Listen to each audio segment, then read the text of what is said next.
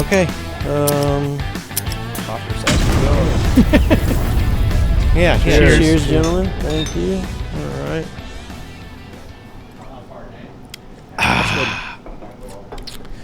And there I was in a smoky room. Smoky room sipping on sarsaparilla. I love it. All right. We are with Dan. What's up, everyone? This is Dan. Go. I don't know how these go. Yeah. No. We don't have. We do what we want. Okay. So. Yeah. There's no rhyme or reason. Yeah. Tell us a little bit about who you are, and then we can jump into anything about the business. So. Sure. So my name's Dan. I've got a crazy, wacky last name. My last name's Sunmugavel, spelled Sunmugavel. I have to spell it out phonetically to every single person I ever talked to on the phone. Kindergarten and first grade was rough. And my entire military career. Just sound it out. Everybody learns. It's literally the name on your chest, and nobody knows how to say it.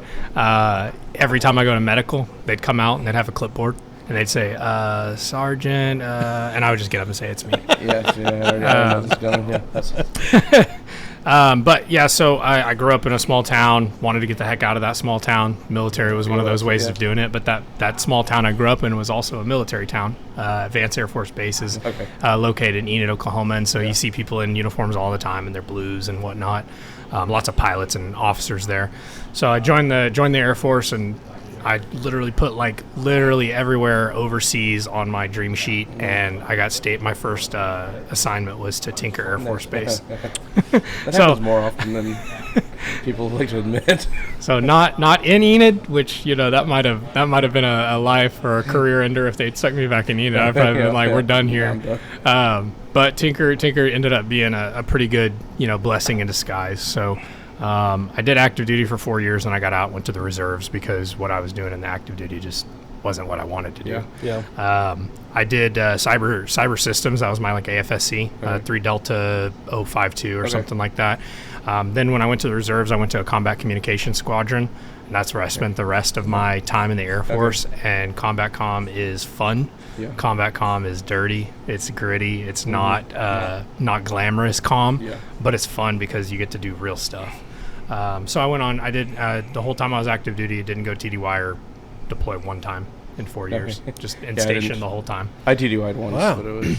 But when I went to the reserves, I deployed 3 times and went on probably 37 TDYs. Oh, shoot. That's so cool. we're all over the place all the time setting stuff up. So did that, got out. The whole time I was a reservist, I was working full-time for Defense Information Systems Agency. It's a IT support. Yeah, DISA. Yeah. Anybody who's in the military who's heard of DISA probably just said, screw me. Because when I was in Combat Comm, we had to deal with DISA. I did on a regular basis. Even when I was in Combat Comm, we had to interface with DISA all the time to get satellite access and gateway access requests through. I have to, if anybody's listening to this and he's like, yeah, he's right, they suck. They do. But the DISA I worked for was not that same DISA. DISA is a pretty massive organization. And the DISA that deals with satellite stuff is the Army-owned portion of DISA.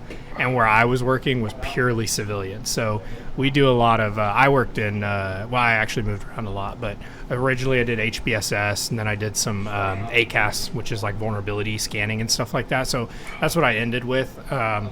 Right when, this is the end of the story essentially, right when, to get us here, right when Elon came in with the whole Doge thing, they sent out it's called the Fork in the Road email. And when I got that email, I just deleted it. Not out of anger or frustration, but I was like, that's not for me. I'm in my early 30s. I've got lots of working years left. I'm not trying to get an early retirement. You know what I mean? What the hell else would I do with the rest of my life if I early retired right now? So I deleted the email. Well, a mutual friend of mine that owns another liquor store in Moore, which Brian Kerr, he knew the... We have got to get him. We got to get him one of these. We will. We'll get him. You'll have to bleep out so much stuff. Not because he curses, but... Don't put that in there. Don't put that in there. But Brian, we're all sitting around the back room table, and Brian just looks up. He gets a text message. He looks up at everyone around the table, and he says, hey, does anybody want to buy a liquor store? And we all just kind of laughed and joked and then moved on with the conversation. Well, 2 days later, I'm sitting at my desk at work, and I'm like, well, wait a second. What if I could get an early retirement, buy a liquor store? Because I'm pretty passionate about booze. I love whiskey, tequila, beer. vodka's fine. I mean, it has its place. I always get hated on as the vodka guy. But that's actually been a dream of mine for about last, 8 or 9 years to own a liquor store. And so this opportunity comes up, and I'm like, well, wait a second, hold on, let me kind of, if the pieces can fall together perfectly here, I can take an early retirement, which is not really a retirement for me. It would just be the kind of the severance package that they were offering, which was like essentially 6 months worth of pay, because you were able to stop working. They originally advertised to stop working in March and then get paid through September. That's right. Well, I didn't actually get to stop working because what I was doing was pretty important, and we were a pretty small team to begin with. So I didn't get to stop work. My last day was like May 15th or something like that, which is no big deal. I mean, I was getting paid either way. So the stars kind of semi-aligned. Yeah. When this opportunity was presented to me, it was presented to me as just a liquor store. Okay. Not a liquor store and a cigar store with a cigar lounge. Now, those things are all fine and dandy, but like personally me going into a brand new business venture, I think about it in the military. We like to work one problem at a time, right? Yeah, when comm's not up, when your satellite's down and you can't get email and you can't make phone calls, you don't just start working all 3 problems at once. You start at the root cause and then you work your way down until everything's done. So anyway, when I actually met with the previous owners for the first time, and they were like, it's a liquor store and a cigar store, I almost killed the deal right then and there, because I was like, I don't want to work 2 problems at once. Like going into a brand new retail venture, having to manage 2 industries at the same time. I was like, I don't know that I'm ready for that rodeo right now. But then, and I guess we'll probably take some videos in the lounge so that people can see what it looks like. We'll do like you know, whatever B-roll or whatever. But when I walked back into this lounge for the very first time with the previous owner, I kind of just looked around. I was like, well, if I don't do this, I'm an idiot.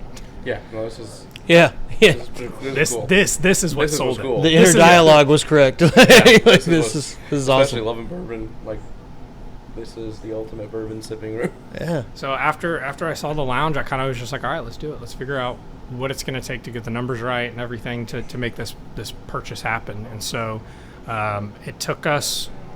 We started the process probably early February, and Ian probably knows better than anyone, dealing with the Oklahoma Able Commission.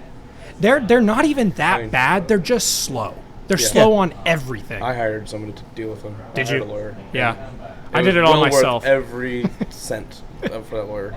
Would it be interesting to sit with them? Or would it just be a fight? No, it'd be interesting. You can find some good stories. If you got a good agent. Yeah, if you find a good agent, you'd have to have hella stories, and it would be the Oklahoma Able Commission. Come on. Tell your side of the story. But everybody's waiting. We started the process like early February, I want to say, to get licensure and everything, and we were targeting an April 1st close date, which seemed pretty solid, 60 days roughly to get everything in order. Fast forward, just spoiler alert, we didn't close until June 5th. Oh, shoot. Wow. So it took an additional 2 months on top of what we had budgeted for. Yeah. There were just so many issues that Able had with everything we did. They were like, oh, well, the previous license is for 1248, not 1246. Well, I own 2 retail spaces, and there's 2 addresses technically, but there's only one effective address, and it's the address you walk in under. So I was like, well, the previous license was 1248. Well, that door is not functional. It's like blocked off and everything. But that's what the license was issued to. I was like, well, why'd you guys issue it to 1248 back then if you're not going to issue it to 1248 now? So they made me amend my application to be 1246. So just little things like that. But they probably didn't tell you right away either. No, they don't tell you until they don't. So like they do all this other stuff, and then they get to that point, and they're like, "Oh, okay, this is wrong. We need you to fix this," and it like puts the brakes on the whole process, and you have to restart every time that they have an amendment. Yes. Oh my God. So, I'm glad I hired someone. It was well worth it. And then on the tobacco side, I don't want to scare anyone, but the only authority on tobacco in Oklahoma is the Oklahoma Tax Commission. So to get your permit to sell tobacco in Oklahoma, all you have to do is go to the tax commission, pay $20, and then they'll hand you a tax permit. Yeah, we were looking at that. We were about at one point. My random ideas. We were gonna do a cigar vending machine company. You should. And we It's not cigar, cigarette. But we had all these bars lined up there with, because people, when they drink, they want to smoke want a something. dart, and they get drunk, and they'll pay people. Like, I mean, I've had guys pay me $20 for a cigarette at a bar when they're drunk. They want it. They want it now. So you could jack. I mean, some of those bars up in the city, they have their vending machines. Outrageous amounts for a pack. You wouldn't even have to vend it. You could just have like a countertop Yeah. humidor and have your staff sell it and Yeah. have it in your POS system and everything. You know what I mean? Yeah. And have a little bit more bars- touch labor on it. And bars, I don't see why bars don't just get that license. Like Obar has Obar does that, at the top of the Ambassador Hotel. They've got a humidor and they sell cigars. Yeah. They're really overpriced too. Yeah, they are. Like Yeah. 80 to 90% over what they should be. Easily. I went there and bought a something once. And it was outrageous how much I spent on it. I was like, this is not as much as it's a lot. That's crazy. It's a good bar though. But yeah, that was so we closed June 2025. So I'm approaching 1 year in the business, and it's been fun. Yep. It has been incredibly stressful. I bet. There have been moments where I thought to myself, why the hell did you do this to yourself? Because I fully chose this. I was a willing, able-bodied adult of sound mind when I made the decision. I made the same thoughts. Why am I doing what I do? But then again, the upside is the potential. Yeah, the upside's the potential and some of the freedom, you know? The freedom is nice. Yeah. To be able to do stuff like this and not have to be clocked in right now. And it's like a new understanding of freedom, though, right? Because it's it can also be a tether. Oh, absolutely. Well, yeah, I mean, half the time I feel like I can't be away from the store, otherwise it's going to not make as much money. Yeah. Exactly. I feel that. Yeah, it's, I know for me, like, any amount of, like, why did I do what I'm doing right now? And, maybe it's just a guy thing. I kind of doubt it. There's probably chicks out there that operate the same way, but like wanting to overcome the challenge is a lot of like kind of what keeps me bought in a lot of days. The refusal to fail. Yeah, like I'm gonna keep doing this. Yeah. What if tomorrow's the day it all clicks? Yeah. Like, I mean, it's like a pursuit of hope, you know. Yeah. I don't want to fail, and maybe. And every day you stick to it is another day you're not gonna get back. You're like, I've already put this much time in. Yeah, what do they call it? The time sunk fallacy or something like that, where I've put so much time in this that if I let go now, I'll lose all that time. Yeah. You already lost all that time, brother. It's gone. It's gone, and it's never coming back. Fail quickly, right? Yeah, like exactly. Move on, iterate, whatever. I actually did that when I got back from my very first deployment. I started selling real estate. Really? And like 5 months in, I was like, this isn't for me. I'm just gonna go ahead and like cut my losses. Now I sold like 4 houses, and like I don't know if you guys know the real estate game, but like your broker takes a cut, your transaction coordinator takes a cut. All these people take a cut, and it's like, you didn't do any work. I did all the work. I walked these people through 83 houses. Their brokerage license. Yeah, exactly. So my mom had a broker's license, but she was a real estate agent for a long time, and she's like, why don't I see my license? Which was a lot of work. That test is insane. Right. But when she got it, she was like, this is great. Like, she was busy all the time. She was crazy. She was fixing 50 people's problems or whatever. Yeah, just right. Every house had an issue. But no doubt that, like, for instance, my transaction coordinator, not that they didn't earn that $300 or $400 cut they got on every house I sold, but it was like, it's just annoying. Yeah. Every house I'd walk away thinking I was going to make like, $1,800 to $2,200, and then you walk away with an $800 check. You're like, I did all that work for $800. Like, seriously? Dude, like that's something like pops up in my mind every now and again of like, maybe I ought to try to dabble in that, and I'm like, I don't know. I don't hear a whole lot of great stories from the people that I know that are either actively doing it or have just done it in the every past. single time we go on vacation, my mom was on the phone all the time. Yeah. And she'd never she'd sit there and say, I've spent my entire week no phone calls, and as soon as I leave the state, I get 10 people want to buy something. They know when you're gone. She's like, she always said she made the most money when she came out here and visited us in Oklahoma, because she's all of a sudden her phone's blowing up. She's like, I need to come out here more often. never off. That's wild. Well, all right, so now we're a year into this endeavor. Like, what's So walk us through the model with the membership. Like, how's that work? So the lounge itself is private, which means the public is not allowed back here. That's legal speak. What that really means is we sell memberships, kind of like a country club. You know, a country club, not everybody can just walk in and play golf or eat at the grill or whatever. You got to be a member. So here we have 3 membership tiers, bronze, gold, platinum. So the bronze level is $35 a month. That gets you access to the lounge anytime that the store is open, like the retail store. So the retail store is open 10 to 9, Monday through Thursday. And then on Fridays, we're open an hour later, so 10 to 10. And then Sundays, 12:30 to 6:30. And it's the cigar store hours just mirror the liquor store hours. So anytime one of them's open and you're a bronze member, you can come into the lounge and have a cigar. Or hang out. You don't actually have to smoke a cigar. We have plenty of members who come back here and just get work done because it's a quiet place. I was thinking to get work done. They'll bring their laptop back here because we have Wi-Fi. It's quiet. They can, drink a beer if they want and not get judged at the office. Exactly. Or get bothered. Yeah, exactly. Or get bothered. So you don't even have to smoke a cigar if you don't want to. So all of our bronze members, they get 10% off all their cigar purchases. So buy enough cigars, you can probably pay for the membership, or get close. Then the gold membership, gold members get 15% off their cigars, and they get a humidified and temperature-controlled locker. So those lockers you guys see it back in the corner, those are all humidified, so we keep the humidity for them so they can store their cigars in there and not have to worry about them at home.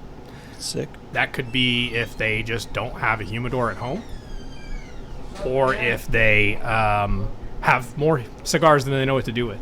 They can also store, booze back there if they don't want to travel to the lounge with an open bottle all the time. They just leave it in there and it's ready for them every time they get here. And then our final membership tier is the platinum membership. The platinum membership, they get 24-hour access. So that back door right there is coded, and they get a code, then come back anytime they want. So 24 hours, 365 days a week. And we have some 365 days a year. Sorry, not a week.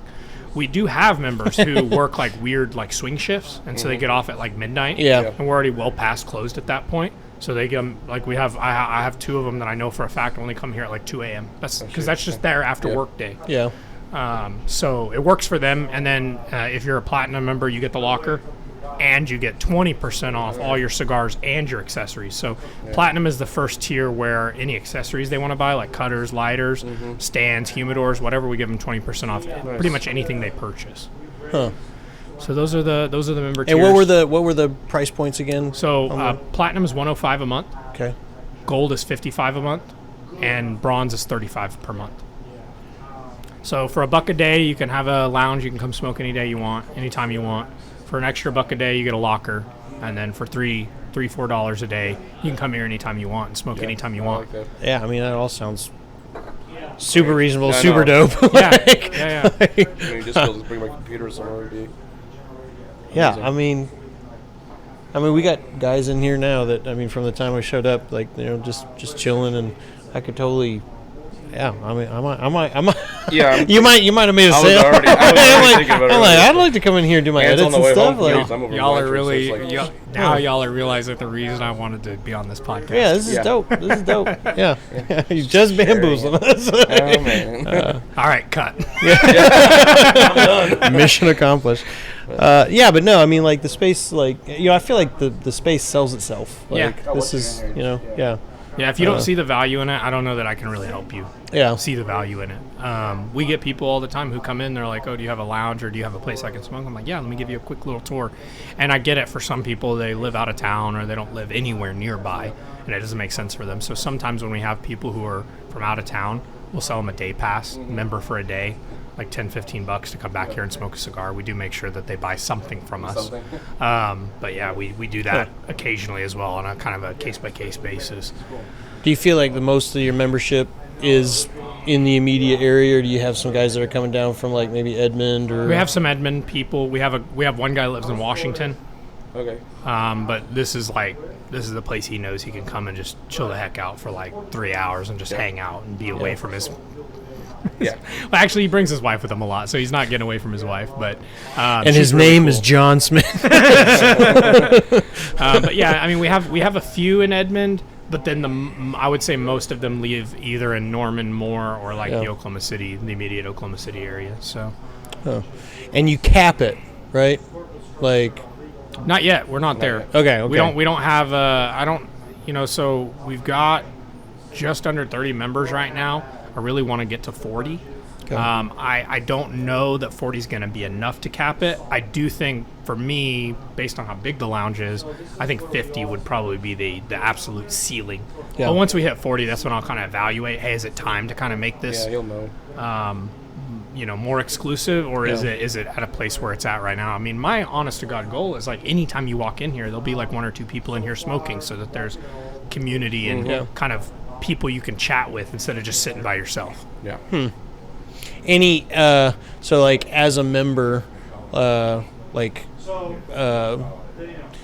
do you host anything other other events? Guys playing games and poker night or something like. That's a good question. I probably would have forgot. And if we're not allowed to disclose No, we can. the details, No, we can. Yeah. No. That was on my list of things to talk about. So actually, first, before we do that, we're gonna light one of the cigars. Yeah, I love it. So you know what? This will be kind of fun. Maybe you can make your own clip out of this, Mike. We're gonna do ASMR of lighting a cigar. So. Oh heck yeah! I'll make the sound effects over here. So to light a cigar, and the video's rolling too, right? Yeah. So to light a cigar, or to cut and light a cigar, to prepare a cigar for smoking. And I actually did, speaking of events, I hosted a Cigar 101 night where I was like, anybody can come, like even if you're not a member, you can come. And I'm going to teach you guys how to select a cigar from the humidor, like what to look for and all that stuff, how to properly cut it, and then how to properly light it, and then how to properly smoke and enjoy it. And so we had a whole night. It was like an hour and a half long, and a ticket to that Cigar 101 event included a cigar for you to smoke. Nice. But so to cut a cigar, you got to get a cutter, right? Don't use your teeth. Don't use a pocket knife. Yeah. You can do that if you don't have anything else available, but in the modern world we're in, you can find something. So cutter, most premium cigars, y'all can see this, obviously they're not going to be able to, but most premium cigars have a triple cap system, and so you see 1 seam, 2 seam, and then a 3rd seam. Okay. Whenever they're rolling the cigar, they lay on 3 caps. Those 3 caps are capas. They protect the cigar from kind of coming unraveled. And so generally speaking, whenever you light a cigar, you want to cut below the 1st seam and not below the 2nd or the 3rd seam. Okay. That 1st seam, what that does is just like a tiny little, think of it almost like almost kind of like a yarmulke, like it's a little tiny top. So I usually try to cut right below that 1st top, and what that will do is allow the cigar to stay fully seated together and not come apart once your saliva starts to get in contact with this. I've been smoking cigars for 10 years and no one ever told me that. Yeah, and that's the other thing, like I mentioned, that's for premium cigars. Some lower tier cigars are only going to have a single cap. Okay. And some will have a double cap. I don't see as many double caps, but they're out there. But triple cap's the most common for hallmark of a premium cigar. So you got it cut. Generally what I like to do, once you get it cut, put it in my mouth and do what's called a cold draw, because the cigar's not lit, so it's cold. Do a cold draw just to make sure I'm happy with the amount of resistance I'm getting from the cigar. Now, if the resistance is too light, you can't do anything about it, right? Kind of like cooking a steak. If you overcook the steak, you can't go back. But if you undercook the steak, you can always throw it back on. So do a little cold draw. It's a little tight for me, if I'm honest with you. So what I can do is get just a little bit more off of the cigar in the hopes that will kind of ease up the draw for me a little bit, and that kind of backfired on me. But I'll get a little bit more off in the hopes that gives me a little bit better of a draw. Not significantly better, but it's a little better. Yeah. So, got the cold draw. Next thing is lighting the cigar. So to light the cigar, I heard this a long time ago. Is my audio still good if I'm talking like parallel to the mic? I heard this in a video a long time ago, and it's just stuck with me ever since. Lighting a cigar is like searing a steak. You want to lock the flavor in early before you fully commit to cooking it, if that makes sense. So this is called toasting. When you toast a cigar, you do not let the flame come in direct contact with the foot of the cigar. You let the heat toast it. And so kind of like that. See how I'm really far away, but you can, and the flame's not touching it, but you can still see it kind of catching a little bit of fire. And this is searing the cigar. So this is kind of putting that crust on it. Then once you got it,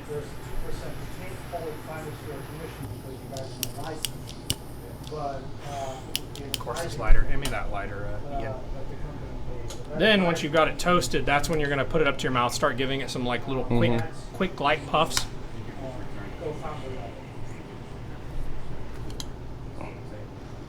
And then you turn the cigar around to yourself and you give it a little puff. As long as the kind of what they call the cherry is even and red, then you're ready to start smoking. That's it. Okay. So of course I was explaining it to you guys. Yeah. It took a little longer because I'm like going through. Yeah, it. no, but I've never. But doing it yourself Yeah, takes no. like 20 seconds to get your cigar off to the right we're start. gonna find out. I've never. No one's ever told me any of that. And official time. if you're gonna sit and dedicate an hour and a half or an hour or 45 minutes, whatever the time may be for the size of the cigar, if you're gonna spend more than 30 minutes smoking a cigar, what's 20 to 30 seconds to make sure the whole experience is correct? I agree. Okay. Yarmulke. Mike's got shitty eyes. And then when you cut it, Mike, you just want to commit to it, just all the way. Like a circumcision. I mean, so That's what we used to say. No, that looked good. That looked I've been and thinking it sounded the whole good. time. The guys that when we used to smoke after flight line, because I was aircraft maintenance, and we'd go smoke. That was what we called it. Circumcise your cigars, and everybody pop them out. That's awesome. But, All right, so do the cold draw. Yeah, do the cold draw. Just give it a couple of puffs and see if. So generally speaking, what you're looking for is, everybody's got their own kind of preference on how much resistance they want. Some people do want it to draw like a straw, and some people do want a lot of resistance. So it's really just a personal preference. But I like a medium draw. I like where I can feel the air moving pretty easily through without me having to use a bunch of like my cheek muscles to get it to draw through. I'm trying to take it all in, but I also don't want to like take up too much time here with it. Like, I've never given it this much thought before. Right. Which I know I've always been doing it wrong. Sure. So I'm like, it's one of those things where once you kind of know how to do it, after that it just becomes like a reflex. You know what I mean? Every time I light a cigar or cut a cigar, I'm just like, cut as little as I can off, and then toast the foot, light the cigar, and I'm off to the races. toast the foot. we used to sit after work. We go back to my patio. I lived on base for a while. Thanks. And our lighter was a propane torch. Oh yeah. We sit there and it was like everybody sitting there and it was like this. All right, so lightly toasted. Yep. And then you put it up in your mouth, give it a couple light puffs. Yeah, it's that. There you got it. Yeah, it's all on that red end. Oh, You the just red kinda, end. yep. And then you kind of rotate the cigar a little bit in your mouth as you're puffing, Mike. That'll make sure that you get even edges on it. It's still not. There we go. That looks pretty good. So turn it around and then blow on the foot, and you should see like an even red cherry. And if you don't, that's where you want to kind of touch up those edges that are still black that aren't burning properly yet. Because if you got a black area that's not burning right off the rip, whenever you're smoking, it's going to do what's called canoeing. And you just think about what a canoe looks like. Yeah. The end of that side of the cigar is going to be unburnt, and it's just not going to burn evenly throughout the whole experience. I think I'm good.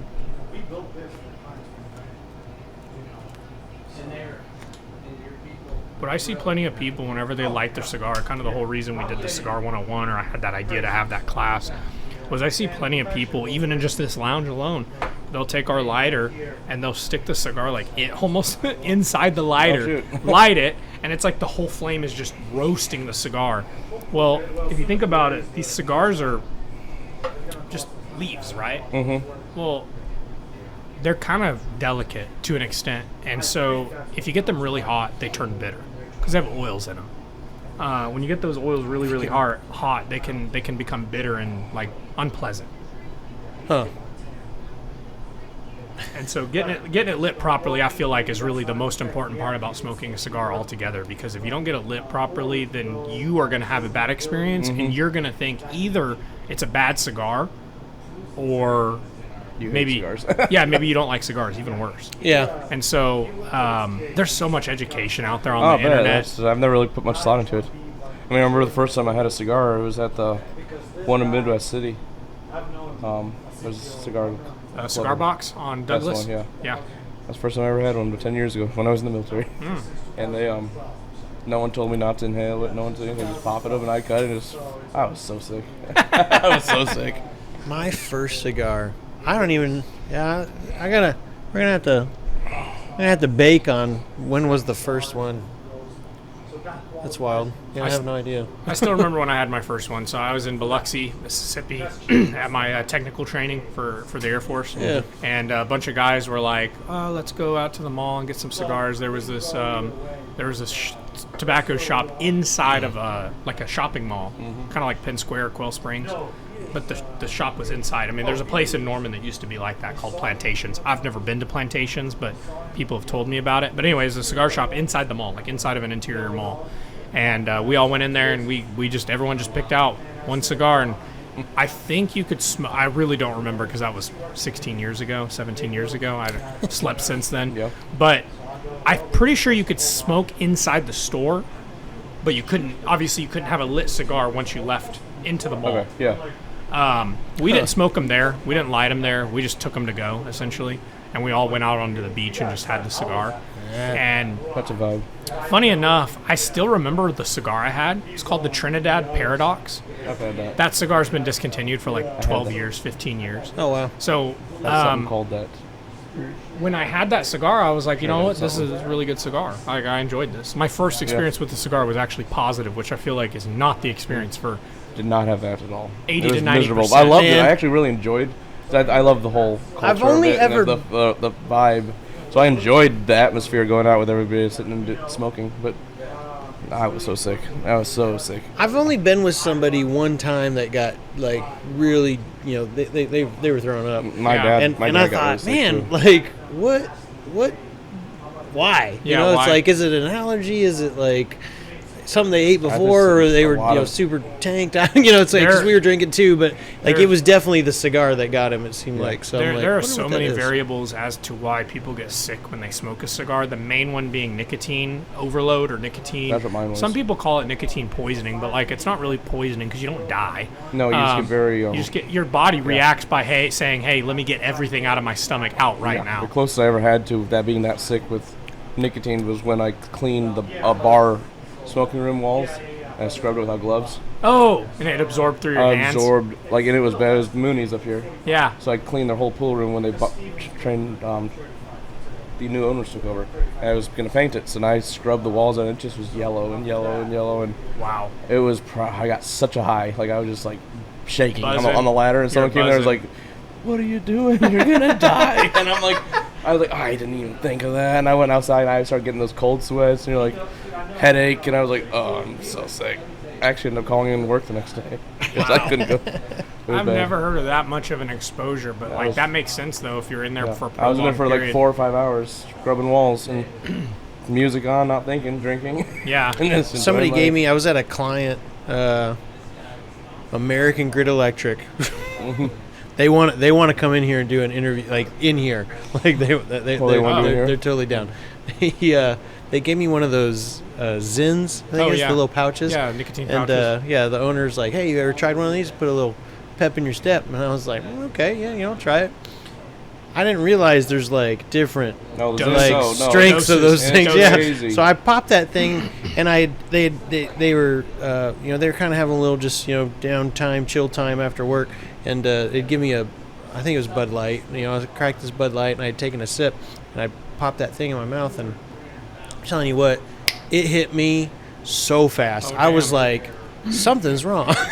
Oh no. I had one of my little apprentices with me, and I just looked at him, and I was like, we have to go right now. Like, I mean, I was getting super lightheaded. Yeah. And as soon as we stepped out of their little conference room, kind of executive suite, like, there's all they have is just stairs out of their facility, and I'm just staring at these stairs, and I was like, I don't know if I can negotiate those steps right now. I mean, I'd had that thing in my mouth for just Yeah. 2 minutes. Like, Yeah. it was not. Talking about Zen, Yeah. one of the guys that are overseas right now deployed. He sent him a care package. Bunch of Zins, Zins, logs. God, yeah, that jacks me up. I didn't even realize that was like a thing, because I'm thinking, I mean, I smoke cigarettes from time to time, and I can do a cigar, and I've never gotten lightheaded like Yeah. that thing did I me. think the first time I ever got nicotine poisoning, funny enough, was I think it's called snus, right? It's the same thing. It's tobacco in a packet, smokeless tobacco, but like not chew.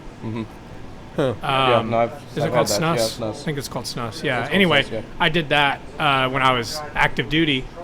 You try so much. Oh, you try everything. You try so many things. It's dabbling. Yeah, it's dabbling. Dabbling in the culture. Your friends are doing it. You want to try Oh my it. God, So yeah. I run over to the freaking Class 6 on Tinker and I get myself a can of, probably Skoal or whatever, or, Yeah. whatever the popular brand was at the time. But wintergreen. I knew it was wintergreen. Everybody seems to do wintergreen. It's like, why do the other flavors even exist? But go back to the office and pop one in, and I'm just being a cool guy. I'm a little A1C, and I'm like doing my snus thing, and not even 30 minutes later, I was in the bathroom fucking puking. No, I just felt I so knew it wasn't sick. for me. They gave me one. I was sitting in the office, and I was on the computer, and I popped it in. It maybe 5 seconds. Like, nope, I'm not doing this. And I had done chewing tobacco before, like Levi Garrett, Really? Redman. I'd done chewing tobacco, never caused me to get sick. But that snus, that's like concentrated stuff. That's what it's got to be. Yeah. It's not normal tobacco. No, it's not. That's wild. All right, going back to like the education class Oh, thing. yeah, like, yeah. How, The how, events. how frequently do you? Has that been a one-off so far? The Cigar 101 was a one-off, but so I used to belong to another members lounge, another cigar smoking members lounge up north called Omerta Cigar Company. They've been there for a while, and they do it right. They do events all the time, but what really stuck out to me when I was a member was me and a bunch of members were just sitting back in the lounge one night, and we all decided to just put on a movie and watch a movie while we smoked cigars. Turned all the lights down or off, and just sat back and watched a movie. And that was just like, I don't know, it was just really fun. It really stuck to me. Yeah. And I tried to make it a regular thing. I'm a real determined guy where if I've got something on my schedule, I make that thing happen, right? But a lot of people have kids, other obligations and things like that just seem to get in the way. And I guess to me, the way I see it, they don't prioritize that thing. Yeah. And that's really what Yeah. it is, truly. Yeah, But yeah. but that also sounds a little Yeah. numb to call it not Well, prioritized. No, but but I get it though. Yeah. so It doesn't mean as much. it doesn't mean to as much to them as it did to Yeah. me, right? And so anyway, when I bought this lounge, I was like, we're gonna do a movie night. And personally, I don't care who comes, Yeah, you'll be here. but I'll be here, and there will be a movie night. And so we do once a month. We do a movie night, and That's cool. I decided to kind of kick it up a little. Yeah.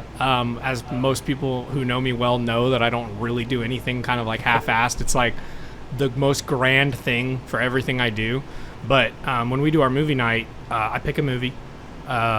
This last movie night we just did, we watched the movie Casino with Okay. Robert De That's a Niro great- and that's a Joe great one. Pesci. Hell yeah. And what I do for our movie nights is I pick a cigar. So I curate a cigar, and everybody at the cigar night gets that cigar. Now, if they want to smoke that cigar that night or not, that's up to them. But the intention is we're all going to smoke the same cigar. And I just think that's a fun experience when you get 10 to 12 that's people fun. together all That's cool. smoking the same cigar. Yeah. Because everybody's tastes and palates are different, and so everybody's going to get different notes, taste different things, like it, not like it, etc. And then I cater in food. So I do it to where I sell them a movie ticket. That's the way I kind of like brand it. So you get a movie ticket. That admission gets you the movie, a cigar, and dinner. And so we generally, depending on the food and the cigar, we generally fluctuate between $35 and $45 cool. for a movie ticket. But I mean, where else can you go get can dinner do the same thing and in a the theater. cigar for $40? And it's Yeah, it's cheaper than dope. going to the movies. When's the next one? It'll be in June, late June, Mid to late June. June 18th. It's coming up. Okay. And I think I'll have to actually look to make sure, but I think we're watching The Good, Bad, and the Ugly. That's not a good Little one. spaghetti western.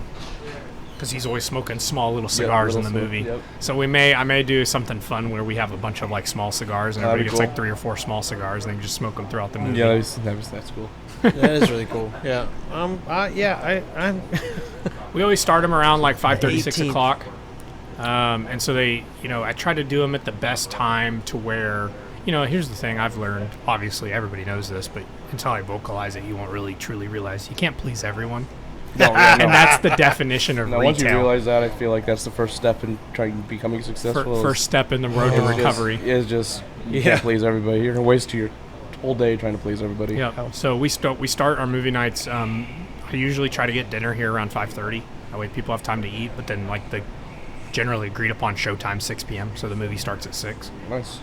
And so we get people who come to the movie night and they leave halfway through because they got to get home and put their kid in, or whatever, something happens. That's fine. I mean, it's unfortunate. I hate that they don't get to watch the whole movie. You know what I mean? But at least they came. At least they showed up. Had a little bit of the experience. That's cool. Then on top of that, I also do a like a cigar event, like a retail cigar event, where I try to do one a month. That doesn't always happen because it is a lot of coordination and a lot of buying to get a manufacturer or a distributor to sponsor an event. And at the size that we're at, there's not as much available all the time. So sometimes I just have to hobble something together. But anyway, this last event we just did was on Friday, right before Memorial Day. And Nico, my rep from La Aurora, he and I sat down together back in January and planned this event. And we just kind of more or less threw a pin at a dart at a calendar and said that's the day we're going to do it, not realizing that was Memorial Day weekend. And so that really screwed us because we had people come, but we would have had way more if it wasn't Memorial Day weekend. So but anyway, all that to say, I try to do one retail cigar event once per month. And so when we do those cigar events, they're usually set up to where anybody can come. Anybody, like, you don't have to be a member. Anybody can come buy cigars. Generally speaking, we have cigars that are from larger manufacturers because they can afford to give us like promo sticks. So whenever they give us promo sticks, what we'll do is we'll do like buy 5 cigars, get 1 for free. Buy 8 or 9 cigars, get 2 for free. If you buy a box, we have like branded swag that we give away. And then I always try to get either I'll just culminate it over the months, or I'll ask them directly, like, hey, I need some stuff to give away, and it's usually like an ashtray, like a nice like ceramic ashtray, and so they'll just give me the ashtray, and then everybody who buys something, I'll essentially give out raffle tickets, and then at the end of the night we draw for the raffle, and you don't have to be present. I'm hoping to see that grow, because like some of the events they've done at Omerta, they've given away like a 50-inch TV, they've given away like an AR-15, they gave away like a Glock one year. I'd love to get to that point. Cool. We're not there right now, but that's okay. From humble beginnings, yes, you know? Exactly. So anyway, to answer your question, I try to have at least, my honest to God goal is 2 events per month. 2 things going on at the lounge that make it a point for members to come in and kind of like take advantage of their membership. You're incentivized to come use your... Yeah. And then, like I said, the retail event is like for the public. If someone can't commit to being a member, like we have this one guy, he lives in Dallas. He drove up for the La Aurora event. Okay, from that's cool. Dallas because he knew like I was going to hook him up and he was going to get good deals and everything. 6-hour commitment. Like 6-hour commitment. And he got some good sticks out of it. He got some cigars from La Aurora that you can't get them any other way except that in the Prime collection, which is like this box of 10 cigars. And I decided to take it upon myself to open up that 10 count box. It has 2 of each cigar, so it's 5 cigars, 2 each. And the only way you can get those cigars is in that box. Well, that box is not meant to be retail sold by the single. It's meant to be sold like as a box, right? Yeah. It's a sampler. But I was like, you know what? I'm going to let people buy it by the single. And so we sold the whole box. Nice. And so that's one reason he came up, because like otherwise he'd have to spend $270 on that box of 10 cigars. People were able to just buy them by the single if they wanted to. That's cool. Yeah, that's freaking cool. And then we're actually putting on another, so we might end up having 3 events per month. That's cool. But there's a local cigar group, or not cigar, motorcycle group on Facebook called 405 Riders, and it's got like 16,000 members or something. It's pretty big. And we're gonna start doing a like ride and smoke, or like a meet and greet here at the store. That's gonna be the first Sunday of each month. Starting June, yeah. So in June we're gonna have all these, and so like my retail center that I'm in, the one that we're sitting in right now, everything is closed on Sunday. So the tag agency is closed, the nail salon's so you closed. just I have the whole parking lot to myself. So that seemed like a no-brainer to do it on a Sunday when they can come and park their bikes wherever they want and not have to worry about people dinging them or taking up space or whatever. And so, are there any limitations on someone buys a cigar and they go outside to smoke it? Is there scrutiny that you get from any one of people smoking outside? To be and let me be more specific. A group of people, so that you've got so hopefully we do it on a Sunday. Like I said, there won't be any other customers in the whole lot. Anybody who'd be here would be here for the cigar store or the liquor store. Yeah. No, there's not been yet, but we also haven't had that problem. Yeah. Now, The guy that owns the nail salon next door, he smokes cigarettes, and the only place where there's an ashtray, like a quote-unquote smoking area, is literally right in front of the store, behind one of those columns, those brick columns, and so he's out there smoking all the time, and nobody ever complains about that. So, I think, like I said, we do it on a Sunday, and there's not going to really be anyone there to complain. Yeah. Huh.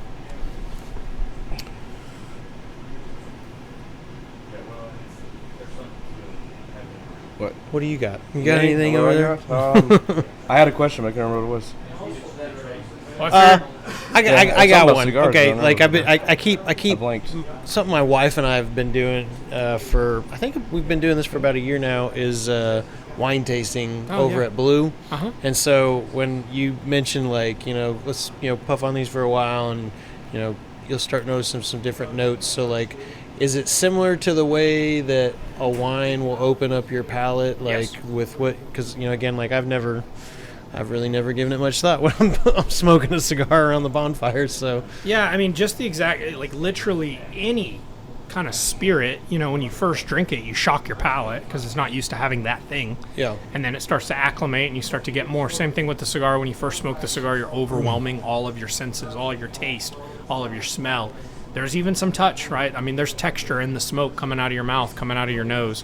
And so, yes, as you smoke the cigar, your palate will acclimate and start to open up and allow you to taste more things. Then, on top of that, cigars themselves do change. Not every cigar, but some cigars have kind of evolve as you go. Yeah, people describe it as thirds. Most people describe the cigar tasting notes by the thirds. So, like, the first third tastes like this, second third tastes like this, final third tastes like this. Whereas you don't necessarily, well, actually you don't. You don't have that experience in wine or whiskey or anything. It tastes the exact same. The spirit itself tastes the exact same from the front to the back. You know what I mean? Yeah. Now, when you start drinking more and more of it, you'll start to either taste usually less, right? Once you start to get approach intoxication, you're not really tasting anything anymore. But with a cigar, there are not every cigar, but there are a lot of cigars where there are very pronounced thirds, because it's a leaf of tobacco, right? And the way it was aged and the way that it grew, because it's an organic object, it actually does have different properties from the top of the leaf to the bottom of the leaf. Yeah. Huh. And so, I figure we'll take a second to talk about the cigar we're smoking. We're all three smoking the same cigar. This is the Hoot & Young Paladin Series Connecticut. And so I recently got to go to, there's a massive trade show. It's the largest one in North America. This year it was in New Orleans. The last 2 years it's been in New Orleans, but historically it's always been in Las Vegas. But it's called PCA, Premium Cigar Association, and they're both a political kind of lobby for cigars, but they're also a connection between the manufacturers and the retailers. And so being a member of PCA is kind of like a little bit of a badge of honor, saying like, hey, we support the premium cigar kind of industry. And since we're a kind of like a gun member, nut being the NRA or something. Yeah. So being a member of PCA is like, I care enough about this to kind of, put my money where my mouth is and donate money and be a member and pay a due, right? PCA. So I got to go to PCA. They have a trade show once a year. It's the largest one in North America, and I think they had some ridiculous. They had attendance numbers. It was like 15,000 attendees or something in this convention center, and so PCA is pretty cool because it's the only time where any old retailer like me, like Dan from Norman, Oklahoma, can just walk up and shake the hand of George Padron, which is like the guy who's the president and the owner of Padron Cigar Company. George Padron, probably, I don't know him that well. I don't know him at all, really. But he probably spends most of his time in Nicaragua, not in Oklahoma, not in the United States. And so to be able to just go up and shake his hand and be like, I love your cigars, and or like Steve Saka, who was the president and CEO of, or maybe not CEO, but president of Drew Estate for a long time. He created the Liga Privada line. And so like to go up and talk, like just shake Steve Saka's hand and just talk with him for a little bit, like a straight titan of industry. So anyway, while I was at PCA, I got to meet Norm. I got to meet Norm Hooten, and he started both a whiskey and a cigar brand called Hoot & Young, and their kind of mantra and purpose of the company was everything's made to remember. because they would sit around, to kind of like what Ian was saying, they'd sit around the flight line and just like remember their buddies, you know, the ones that didn't make it back. And so they made these cigars as a way to kind of like connect and sit down together and have some sort of, you know, a shared interest, so to speak. And so these Paladin series are meant to be their like everyday smokes. They have some higher end cigars that they've made and that they're doing right now. But honestly, for a $10 stick, this is an amazing cigar. And that's the purpose behind the phrase of the made to remember. Like, it's a memoriam. Yes. Yeah. That's very, very cool.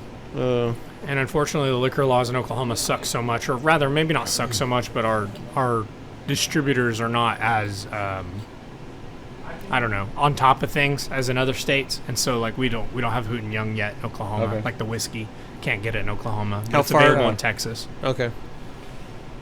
I'm going to Texas in a month or 2 or 3. I can't remember what it is, but I might go grab some of that. See, that's cool. I mean, I'm working on a similar project right now, so like that's cool that it's got that kind of component to the branding. It's cool. Well, I mean, me personally as a veteran, I want to support any veteran-owned company that makes a quality product. And so I got to smoke 2. Like, that's the other thing that I loved when I was at PCA is like the hospitality is out of this world. Like, there are a lot of people at PCA that are what are called sample buzzards who go around to different booths and just like, hey, what do you got? You know, just trying to get free cigars. I wouldn't do that, but I don't think there's anything inherently wrong with that. But if you're not going to that booth because you're interested in the brand or interested in becoming a customer, then you probably shouldn't waste their time either. Right. The people who are the sample buzzards. But what I learned when I was at PCA is like a lot of the booth tenders, they kind of try to qualify people as to whether or not they're a sample buzzard, because they don't want to blow through all their samples and not have them for actual retailers who are interested in carrying their cigars. So anyway, when I went by the Hoot and Young booth, kind of chatted with this one guy, Cody. He owns this shout out Cody. He owns this private cigar room and bar in Spokane, Washington, called the Late Arrivals Club. And he was telling me his trials and tribulations dealing with the state of Spokane, or the state of Washington and the city of Spokane, like all their crazy laws and everything. Like, he can't get a license to sell tobacco for some odd reason, but they were just like so hospitable to me. They like were just loading me up with like, here, try this cigar, try that one. I was just sitting there smoking with them in the booth. That's the other thing that's really cool about PCA. You can smoke anywhere on the trade floor. So you're walking around to these different vendors, and if they hand you a cigar, you can literally cut it and light it right in front of them. You know what I mean? Cool. So anyway, and then on the last day, Monday of PCA, Norm was actually there. He was doing a tour for a book signing or something like that. So, but on Monday he was there, and they had told me he was going to be there. So I was like, I'll come back by on Monday.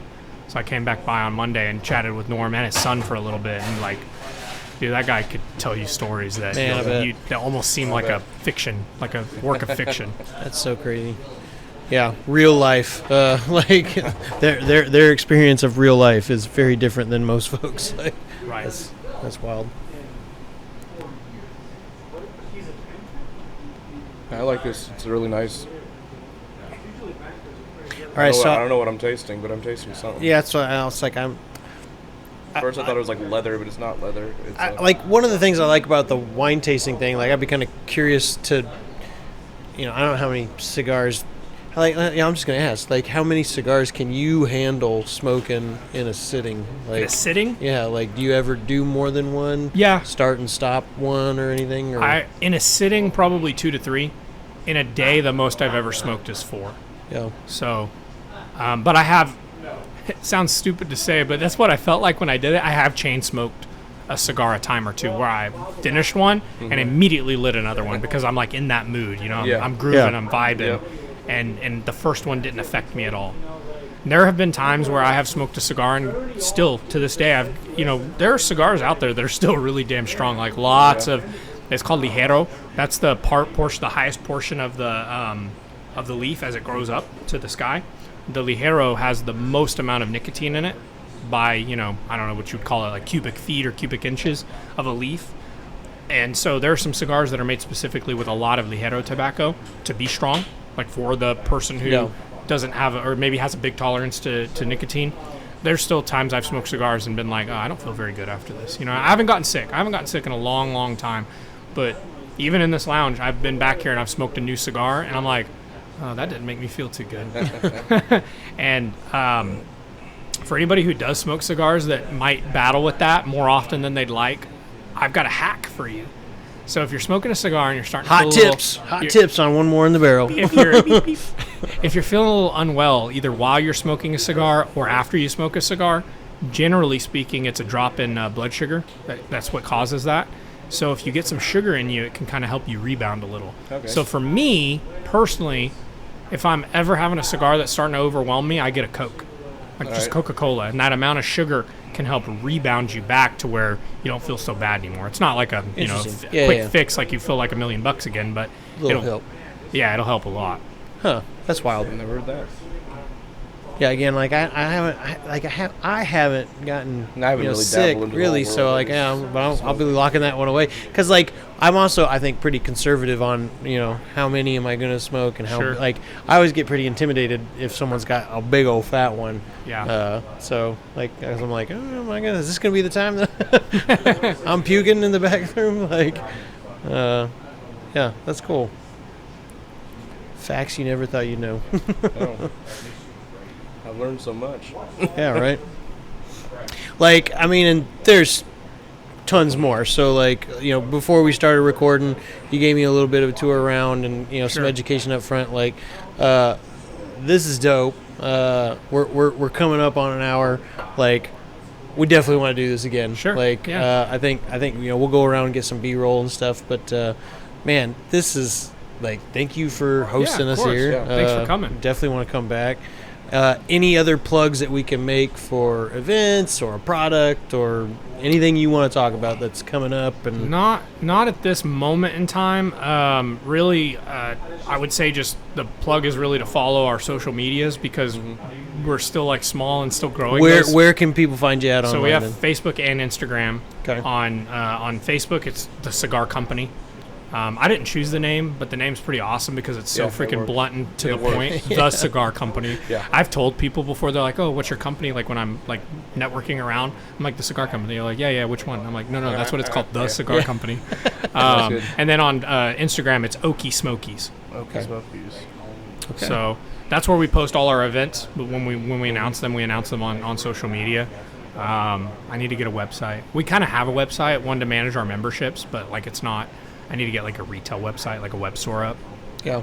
Just haven't gotten there yet. I've tried. I've actually tried like 3 times. I've interviewed like 3 companies to do it, and their requirements and everything are just like, I don't have time for it. Yeah.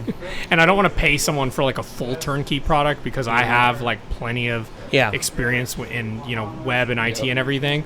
So I don't want to pay someone the like $1,800 or $5,000 to like do it all for me. I can do some of it. I can do a lot of it. I just need like the right mix. So anyway, more on that next episode. Like, could we? Yeah, like I hear all of that. Yep. Like, and then of course stopping into our shop. Yeah. We're in Norman, right off I-35 and Robinson Street. There's a tag agency here called Fuse On Tag Agency. That's kind of the landmark we give a lot of people. But if you're coming southbound, you literally just take the Interstate Drive exit and it takes you right to us. That's probably where you guys came from. Yeah.